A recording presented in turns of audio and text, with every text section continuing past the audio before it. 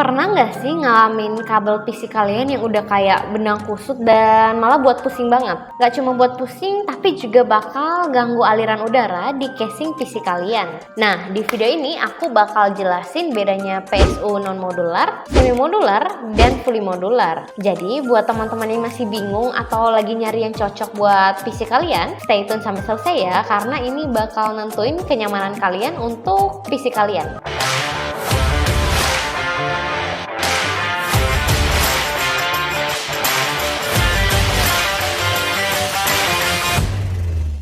Hai guys, kembali lagi di channel jpower.id, yaitu channel yang membahas mengenai perangkat-perangkat power. Di sini kita bakal bahas secara detail mengenai perbedaan PSU fully modular, semi modular, dan non modular. Karena video sebelumnya kita udah bahas kelebihan dari PSU modular. Sebelum itu jangan lupa like dan subscribe dulu ya. Oke, sebelum masuk ke jenis-jenis PSU, kita bakal bahas apa sih PSU itu. PSU alias Power Supply Unit adalah perangkat yang bisa mengubah listrik dari sumber daya ke bentuk yang bisa dipakai di komponen PC kalian. Intinya PSU ini ibarat jantungnya PC kalian. Jadi kalau salah pilih bisa fatal deh. Mulai dari komponennya nggak nyala sampai perangkat kalian yang bisa rusak total. Nah, di dalam dunia PC building sendiri, pemilihan komponen ini emang cukup krusial. Salah satu komponen ini seringkali terlupakan namun sangat penting. Karena selain fungsinya yang vital dalam menyuplai daya, jenis PSU juga bisa mempengaruhi estetika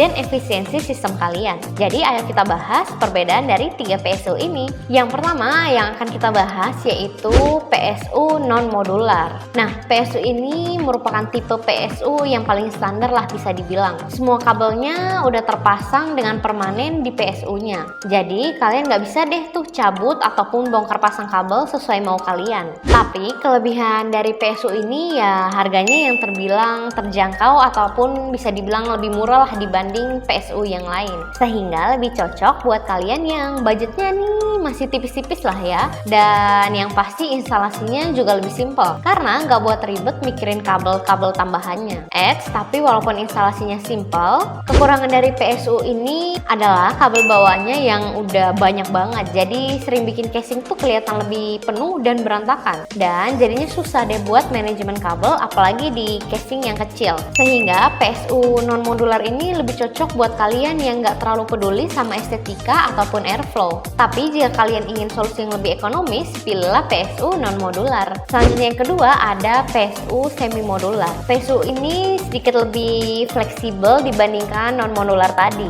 karena kabel utama seperti 24 pin dan 8 pin CPU udah terpasang permanen. Tapi masih ada beberapa kabel tambahan seperti untuk GPU ataupun storage masih bisa dilepas pasang. Kelebihan dari PSU ini adalah memiliki kombinasi harga dan fleksibilitas yang cukup oke, dimana PSU ini juga lebih rapi dibandingkan non-modular karena kabel tambahannya masih bisa dilepas. Tapi kekurangan dari PSU semi-modular ini yaitu masih ada kabel yang nggak bisa dilepas, jadi tetap butuh effort lah buat manajemen, dan tentunya harganya udah terbilang lebih mahal dibandingkan PSU non-modular tadi.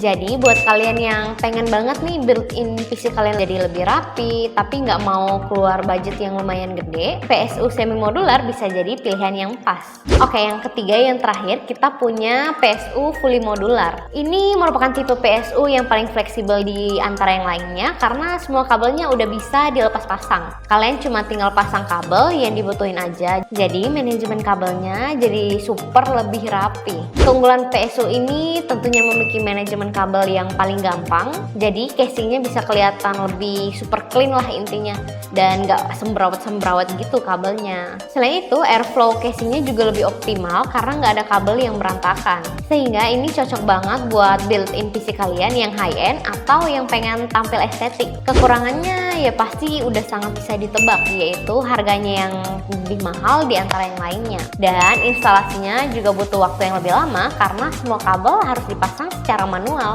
Untuk itu fully modular ini lebih cocok untuk yang punya entusias tinggi ataupun estetika dan performa yang maksimal. Nah, setelah mengetahui kelebihan dan kekurangan dari masing-masing PSU, kalian udah nemu belum yang paling cocok untuk kalian? Kalau dari aku sendiri balik lagi ke kebutuhan kalian dan budget ya guys, karena kalau cari PSU yang murah dan nggak peduli kabel berantakan, teman-teman bisa pilih PSU non modular. Tapi kalau mau lebih rapi, yang nggak terlalu mahal, bisa pilih semi modular.